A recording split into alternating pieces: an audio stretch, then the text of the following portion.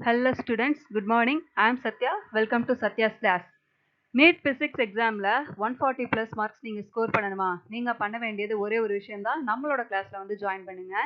நம்மளோட class schedule பார்த்தீங்க அப்படின்னா weekly 3 days, Monday Wednesday and Friday evening வந்து கிளாஸ் இருக்கும், 2 hours கிளாஸ். அடுத்ததாக சண்டே வந்து 4 hours கிளாஸ் இருக்கும். ஸோ அதில் 2 hours வந்து கிளாஸ் ரெகுலர் கிளாஸஸ் வந்துட்டு இருக்கும். அண்ட் ரிமைனிங் 2 hours வந்து டிஸ்கஷன் ப்ளஸ் கொஸ்டின் வந்துட்டு மார்க் டெஸ்ட் வந்து நீங்கள் எழுதுவீங்க. ஸோ எவ்ரி வீக் உங்களுக்கு மார்க் டெஸ்ட் அவைலபிள் இருக்குது. அண்ட் மோட் ஆஃப் டீச்சிங் பார்த்தீங்க அப்படின்னா ஆன்லைன் தான். ரொம்பவே லோ ப்ரைஸில் நம்ம கோர்ஸ் வந்துட்டு ப்ரொவைட் பண்ணிட்டு இருக்கோம். ஸோ பெர் மந்த் பார்த்தீங்க அப்படின்னா 2000 தான். 6 months பிளானாக வந்து நம்ம எடுத்துகிட்டு வந்திருக்கோம். ஸோ ஃபர்ஸ்ட் நம்ம பண்ண வேண்டியது ஹையர் ப்ரையாரிட்டி இருக்கக்கூடிய டாபிக்ஸை கம்ப்ளீட் பண்ணணும். ஸோ அதை நீங்கள் கம்ப்ளீட் பண்ணிட்டீங்க அப்படின்னாலே நீட் எக்ஸாமில் உங்களால் ஃபிசிக்ஸில் 140 ப்ளஸ்க்கு மேலே ஸ்கோர் பண்ண முடியும். So join our class immediately. நம்ம கிளாஸில் ஜாயின் பண்ணுறதுக்கான வாட்ஸ்அப் QR கோடை இங்கே நான் டிஸ்பிளே பண்ணியிருக்கேன். ஜஸ்ட் உங்கள் ஃபோனில் QR கோடை ஸ்கேன் பண்ணுங்கள், நம்ம குரூப்பில் வந்து ஜாயின் பண்ணுங்கள். அதர்வைஸ் இன்னொரு ஆப்ஷனும் நான் கொடுத்துருக்கேன். ஃபர்ஸ்ட் கமெண்டில் நம்மளுடைய வாட்ஸ்அப் லிங்க்கை வந்து நான் கொடுத்துருக்கேன். அதை கிளிக் பண்ணிவிட்டு நம்மளோட கிளாஸில் ஈஸியாக உங்களால் ஜாயின் பண்ண முடியும். வேகமாக நம்ம கிளாஸில் ஜாயின் பண்ணி உங்களோட எய்மை வந்துட்டு சக்ஸஸ்ஃபுல்லாக கம்ப்ளீட் பண்ணுங்கள். டுடேஸ் கிளாஸில் நீட் ஃபிசிக்ஸ் சிலபஸ்லேருந்து யூனிட் 15 பார்க்க போகிறோம். எலக்ட்ரோ மேக்னெட்டிக் வேவ்ஸ் டைட்டில், ஓகேவா? ஸோ ஆல்ரெடி 3 கிளாஸஸ் வந்து கம்ப்ளீட் பண்ணியிருக்கோம். ஸோ 4th கிளாஸ் இன்னைக்கு வந்துட்டு பேசிக் கான்செப்ட் என்ன, அதில் என்ன மாதிரியான கொஸ்டின்ஸ் கேட்பாங்க அப்படிங்கிறத பற்றி டிஸ்கஸ் பண்ணுவோம். வாங்க கிளாஸில் போகலாம். எலக்ட்ரோ மேக்னெட்டிக் வேவ்ஸ் எல்லாமே எதை பேஸ் பண்ணி அரேஞ்ச் பண்ணியிருக்காங்கன்னா ஃப்ரீக்வன்சி ஆர் வேவ் லென்த்தை பேஸ் பண்ணி தான் அரேஞ்ச் பண்ணியிருக்காங்க. ஸோ அந்த அரேஞ்ச்மெண்ட்டை நம்ம என்ன சொல்லலாம் அப்படின்னா எலக்ட்ரோ மேக்னெட்டிக் ஸ்பெக்ட்ரம் அப்படின்னு வந்துட்டு சொல்லலாம், சரியா? அதே மாதிரி அந்த எலக்ட்ரோ மேக்னெட்டிக் ஸ்பெக்ட்ரமில் இருக்கக்கூடிய ஒரு வேவ்ஸுக்கும் ரீஜியன்ஸ் என்ன இருக்கும் அப்படின்னா, இப்போ ஃப்ரீக்வன்சி அப்படின்னா ரேஞ்ச் ஆஃப் ஃப்ரீக்வன்சிஸ் தான் நமக்கு இருக்குது. ஸோ ஷார்ப் பவுண்ட்ரிஸ் அப்படின்னா எதுவுமே வந்து நமக்கு கிடையாது. That's no sharp boundary, okay?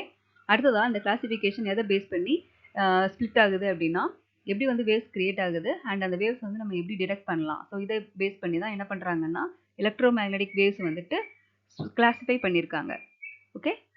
அடுத்ததா order of electromagnetic waves எதை பேஸ் பண்ணியிருக்கு? லாங்கஸ்ட் வேவ் லென்த்லேருந்து ஷார்ட்டஸ்ட் வேவ் லென்த்தை பேஸ் பண்ணியிருக்கு.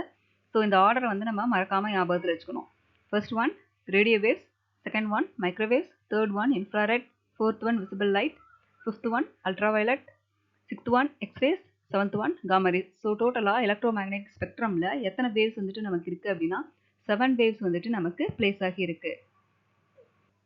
இந்த ஆர்டரை நம்ம மெமரி பண்ணி வச்சுக்கிறதுக்காக ஒரு ஷார்ட்கட் கீ வந்து நான் கொடுத்துருக்கேன். ஸோ அது என்ன அப்படின்னா Raju max is very useful xylophone games, ஓகேவா? Raju max is very useful xylophone games.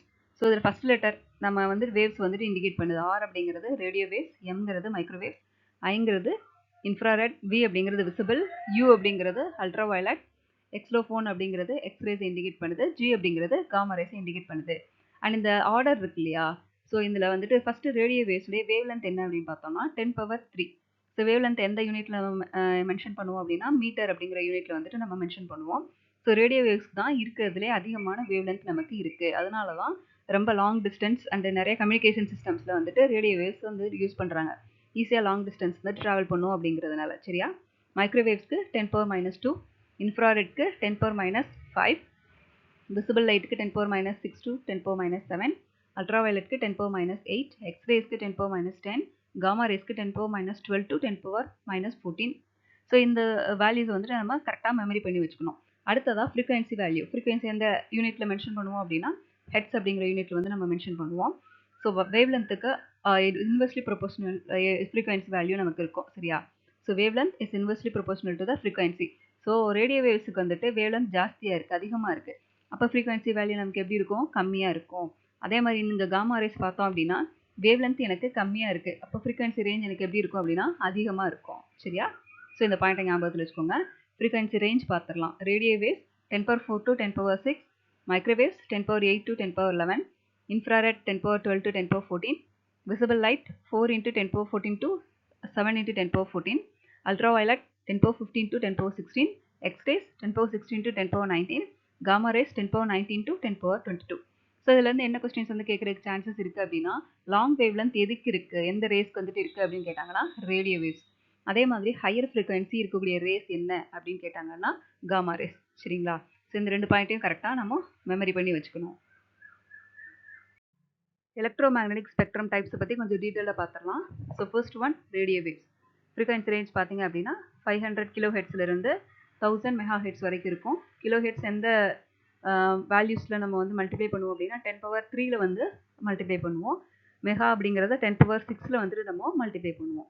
So எதனால வந்துட்டு ரேடியோ வேவ்ஸ் கிரியேட் ஆகுது அப்படின்னா எலக்ட்ரான்ஸ் ஆக்சலரேட் ஆகுறதுனால எனக்கு ரேடியோ வேவ்ஸ் கிரியேட் ஆகுது. தென் இதோட யூசஸ் என்னன்னு பார்க்கலாம். ரேடியோ ப்ராட்காஸ்டிங்க்கு யூஸ் ஆகுது, டெலிவிஷன் கம்யூனிகேஷனுக்கு யூஸ் ஆகுது, மொபைல் கம்யூனிகேஷனுக்கு யூஸ் ஆகுது. அடுத்ததாக ரேடியோ வேவ்ஸில் இம்பார்ட்டன்ட் ஃப்ரீக்வன்சி பேண்ட்ஸ் என்ன அப்படின்னா ஏஎம் ஆம்ப்ளிடியூட் மாடுலேஷன் அப்படின்னு சொல்லுவோம். ஸோ இதோடைய ரேஞ்ச் பார்த்தோம் அப்படின்னா 530 கிலோ ஹெட்ஸ்லேருந்து 1710 கிலோ ஹெட்ஸ் வரைக்கும் நமக்கு இருக்கும். அடுத்ததாக எஃப்எம் ஃப்ரீக்வன்சி மாடுலேஷன் அப்படின்னு சொல்லுவோம். 88 மெகா ஹெட்ஸ்லேருந்து 1008 மெகா ஹெட்ஸ் வரைக்கும். அடுத்ததாக டிவி டெலிவிஷன் சொல்லுவோம் இல்லையா, 54 மெகா ஹெட்ஸ்லேருந்து 890 மெகா ஹெட்ஸ் வரைக்கும் இருக்கும். ஸோ இதில் வந்துட்டு ரேடியோ வேவ்ஸில் என்ன மாதிரி கொஸ்டின்ஸ் கேட்கலாம் அப்படின்னா எதனால் கிரியேட் ஆகுது அப்படின்னு கொஸ்டின் வந்து கேட்கலாம். தென் ஃப்ரீக்வன்சி ரேஞ்சஸ் வந்துட்டு எப்படி இருக்குது அப்படிங்கிற கொஸ்டின்ஸ் வந்துட்டு அரைஸ் ஆகிறதுக்கு சான்சஸ் இருக்குது. Second type microwaves. So microwaves எதனால் கிரியேட் ஆகுது அப்படின்னா கிளைஸ்ட்ரான்ஸ், மேக்னட்ரான்ஸ், கன்டயோட்ஸ் மூலமாக நமக்கு கிரியேட் ஆகுது. ஸோ இதுதான் வந்து மைக்ரோவேவ்ஸ் கிரியேட் பண்ணக்கூடிய சோர்சஸ். ஓகேவா. யூசர்ஸ் பார்த்தோம் அப்படின்னா radar, aircraft navigations, speed guns, microwave ovens. So இதில் எல்லாமே வந்து மைக்ரோவேவ்ஸ் யூஸ் ஆகுது. தென் இம்பார்ட்டன்ட் பாயிண்ட் என்ன அப்படின்னா மைக்ரோவேவ் அவன்ஸ் வந்துட்டு ஃபுட்டை வந்துட்டு ஹீட் பண்ணுறதுக்கு நம்ம யூஸ் பண்ணுறோம் இல்லையா. ஸோ உள்ள என்ன ப்ராசஸ் நடக்கும் அப்படின்னா வாட்டர் மாலிகுல் மைக்ரோவேவ் வந்துட்டு அதாவது மைக்ரோவேவோட எனர்ஜியை வந்துட்டு அப்சர்வ் பண்ணிட்டு அந்த ஃபுட்டை வந்துட்டு ஈஸியாக ஹீட் பண்ணுது. ஸோ அதனால தான் ஃபுட் வந்துட்டு ஈஸியாக நமக்கு என்ன ஆகுது அப்படின்னா குக் ஆகுது. சரியா.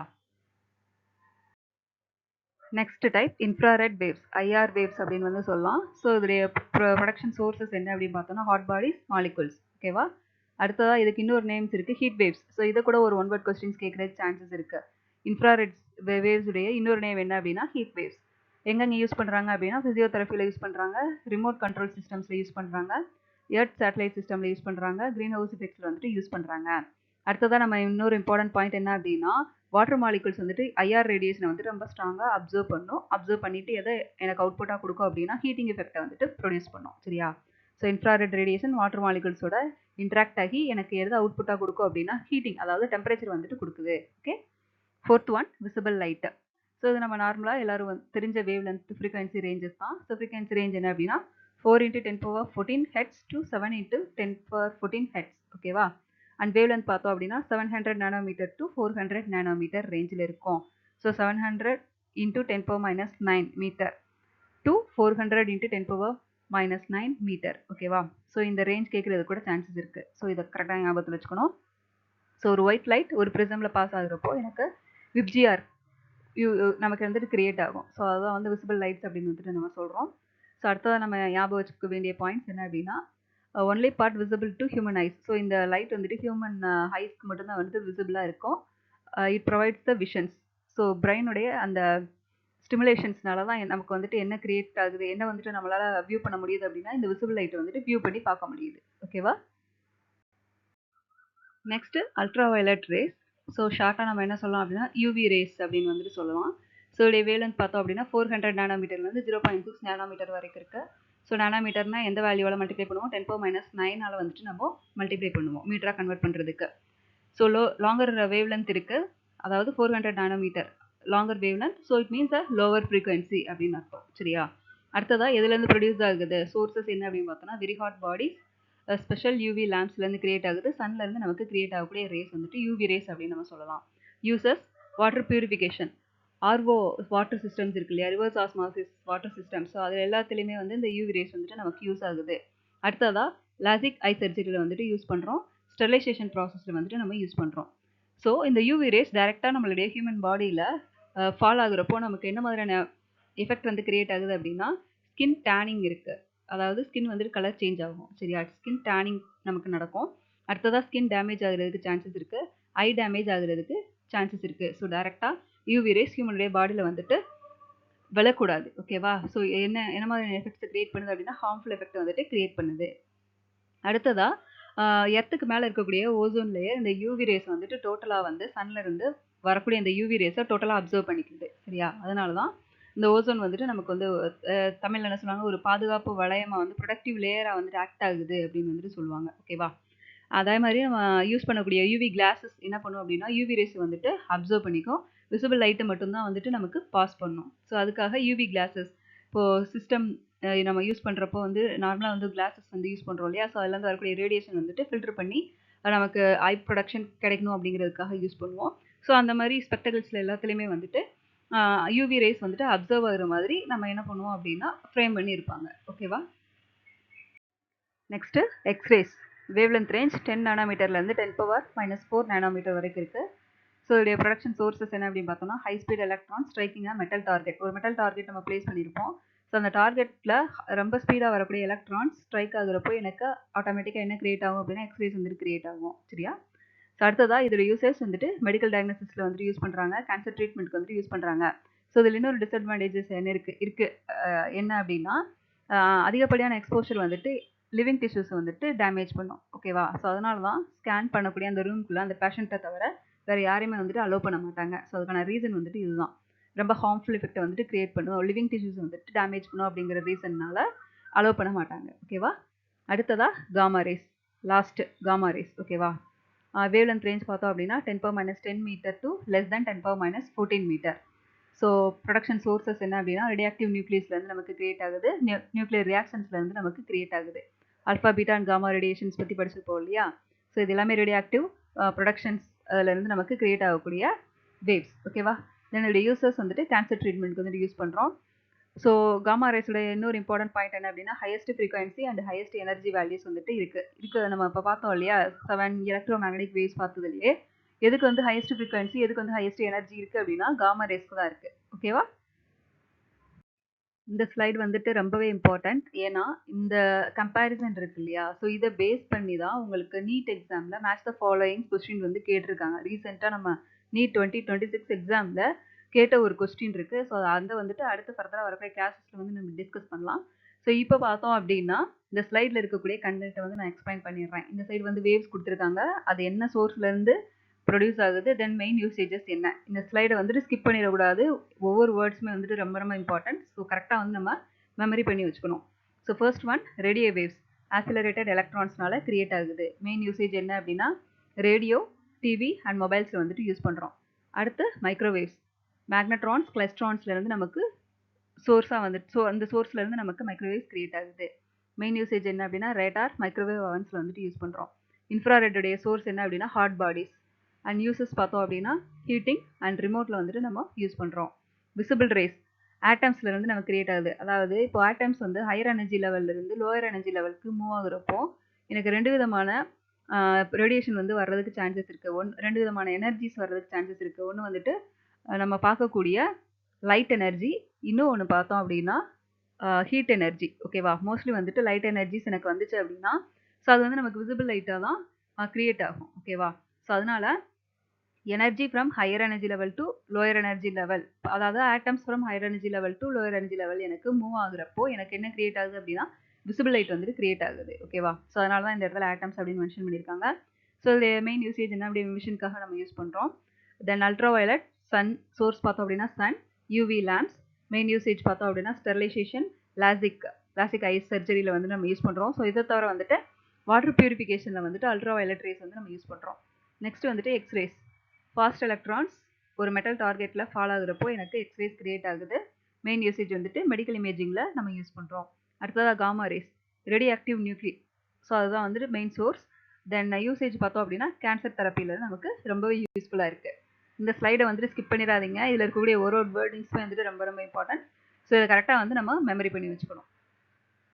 நீட் எக்ஸாமுக்கு தேவையான இம்பார்ட்டன்ட் பாயிண்ட்ஸை இந்த ஸ்லைடில் வந்து நான் வந்து கொண்டு வந்திருக்கேன். ஸோ என்னென்ன பாயிண்ட்ஸ் அப்படின்னு பார்த்துடலாம்.